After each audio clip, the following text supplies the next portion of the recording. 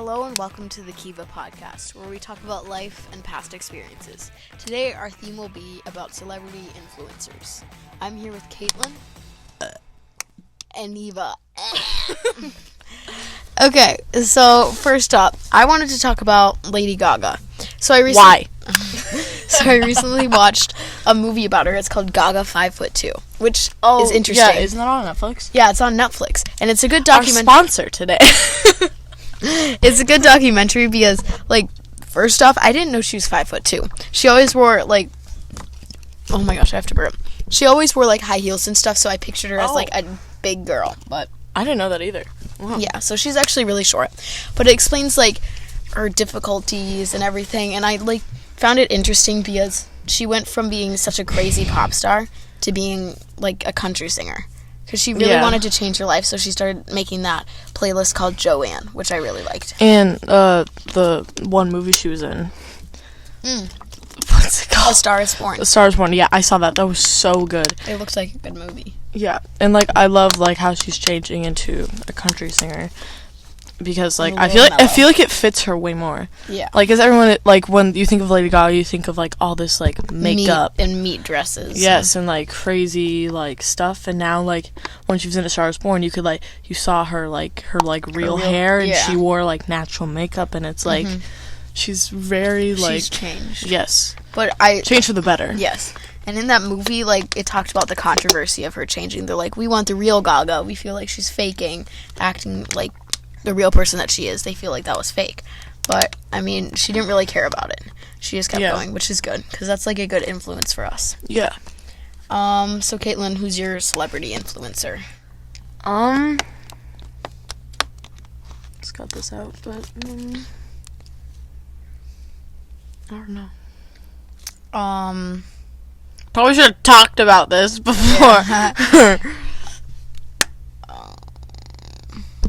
I guess another one of mine would be Michaela Schifrin, not just because she skis, but because she's just a powerhouse. She's not the biggest person on the hill like Lindsey Vonn is, but she also is very mellow, and you could tell that she really wanted to win the World Cup and everything, which she did, but she wanted to do more, and she works really hard for her athletics and her achievements, so that's pretty good.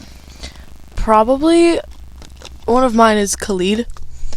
Because I feel like he really puts his heart into his music, and you can really hear his voice.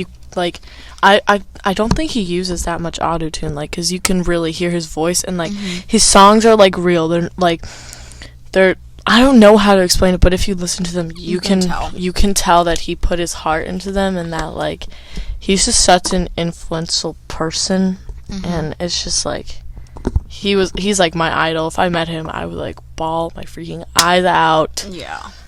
So then one more that Caitlin and I can both agree on would be Billie Eilish or something. And I think every teenage girl could agree upon this, but she's just so she doesn't care. She doesn't care what people think. She's so open to everything. And well, except did you ever see that interview where she said she wears baggy clothes so that people, they can't be oh my gosh, she's really skinny, oh my gosh, she's fat, that's why she wears baggy clothes, so no one can judge her, because they don't know. But I feel like she's also very open, and says when she needs to poop and stuff. Yeah, and she she doesn't use autotune.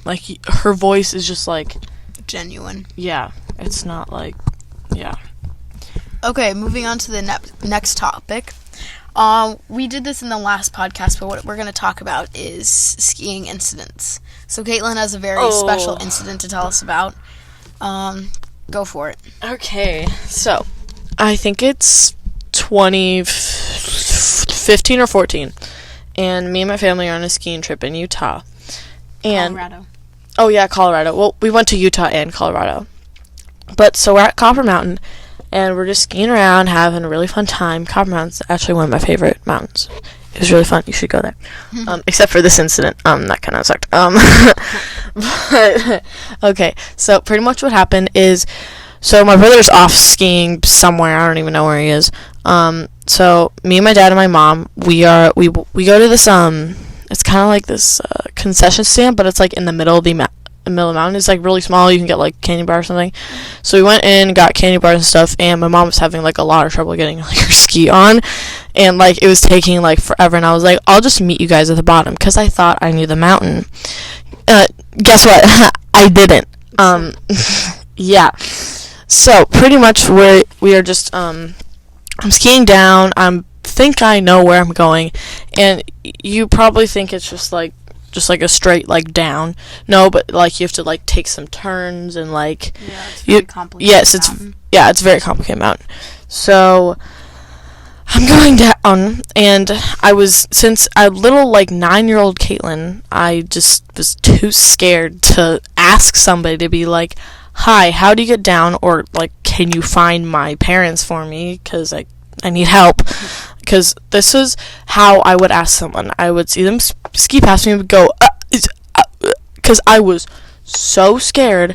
My heart was pounding. And obviously they couldn't hear you because they were skiing. Yes. But, yeah, and it seems like a nerve-wracking experience being lost on a mountain. Yes. Okay.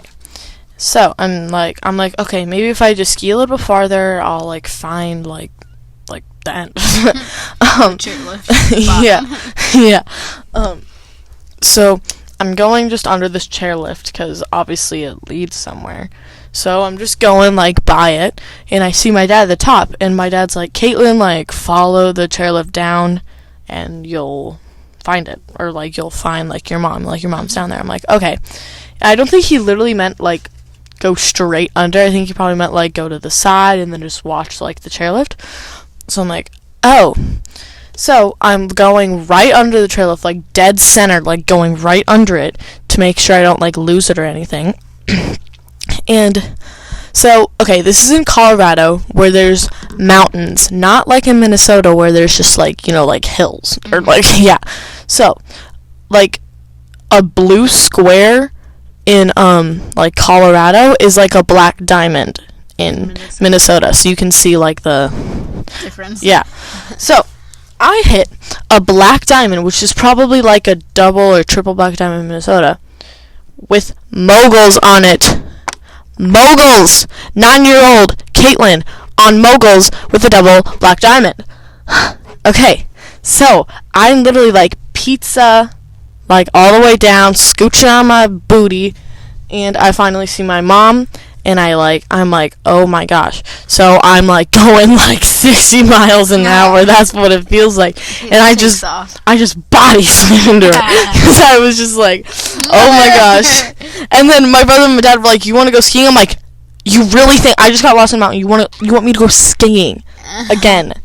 So it was a very stressful experience. Don't get lost on a mountain. Okay, my experience is pretty interesting too. So I was at Deer Valley, and we know that, like, we go to Utah every year. We know that mountain pretty well. I felt confident. I knew where everything was. It's the same with Park City. So I'm going there, and big mountain skiing is a little different than Minnesota skiing. It's definitely not a corduroy like Minnesota. It's choppy. You need weight. It's like a mixture of moguls, but they're man-made. So I have to I just have to control my speed and everything. I can't zoom down the hill like I wish I could, because it's just it's bouncy. You can't see the moguls. It's flat light. It's powder, but some of it's ice. It's very confusing. So my binding that day was really loose. I just got new skis. They were hand-me-downs, but they were still pretty nice. They were center mountain and everything. So I decided to go into the trees where there's a little bit of mogul. So it was just off the side of the hill, and I was going pretty fast. So it was I want to get down. I mean, why go slow when you can go fast? So I went, and there was a ton of moguls and one that I didn't see. And so I immediately try to slam on the brakes, but I fall down the mogul. And it was one of those steep ones, So I fall down it. My ski pops off. I keep going. I try to stop on one ski, and I just hit the side of a trunk. Oh. And kind of, that tomahawk, but except sideways. So I sideways tomahawked into another tree. It was pretty interesting, and it was full of powder, so when I got up to get my ski, I couldn't get the binding on because snow kept piling into it, and I was having trouble, so I was pissed, and my family already got down to the bottom. I was just ugh. Okay, Caitlin, Snowbird. Ooh, okay, Snowbird, just have to say, don't go there. It's not fun. Okay, so this is the same trip. And my dad and my brother were like, oh my gosh, we want to go on the tram. If you don't know what a tram is, it's pretty much just like this big thing, and it takes you to the very top of the mountain so that you can ski all the way down instead of like... It's like a closed chairlift. Yeah, and it's like huge, so like 100 people can fit on it. Yeah. Okay, so, and then obviously me and my mom didn't want to go because this is like 9-year-old Caitlin, and like obviously my mom is scared of heights. And so the guy working is like, oh yeah, just like go in, like, you can go past the food court and like take like a left or whatever, and there's a chairlift and you'll go up, or like you'll go up to like not the top of the mountain. Yeah. So yeah, so we get like some French fries, we eat, and then we're like, okay, let's go back skiing. So we take the chairlift, and it like we can't like see like where it ends, you know, because it's like kind of like hilly and stuff. So then we finally see that we see the tram, like the landing place for the tram, and we realized we just took the chairlift to the top of the mountain. The top. 9-year-old Caitlin. My mother is scared of heights. It was not a good experience.